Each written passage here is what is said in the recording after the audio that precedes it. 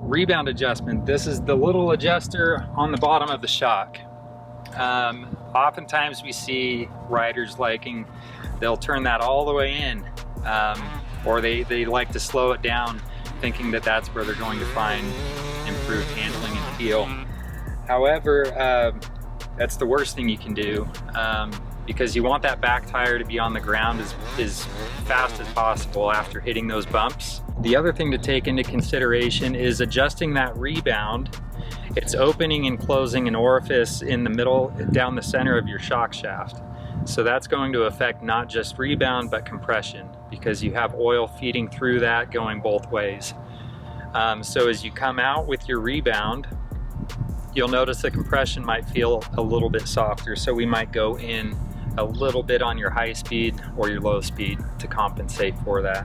But as far as handling and tractability, generally you want that rebound to be pretty fast. The only variances we'll have there is supercross settings, some enduro cross stuff where you're hitting whoops and some pretty square edge obstacles, and but for cornering, motocross tracks, off-road, you want to get that back tire back down to the ground as soon as possible to get that traction and forward movement. Out on that rebound adjustment will speed it up. So the setting for this shock is 12 clicks on rebound.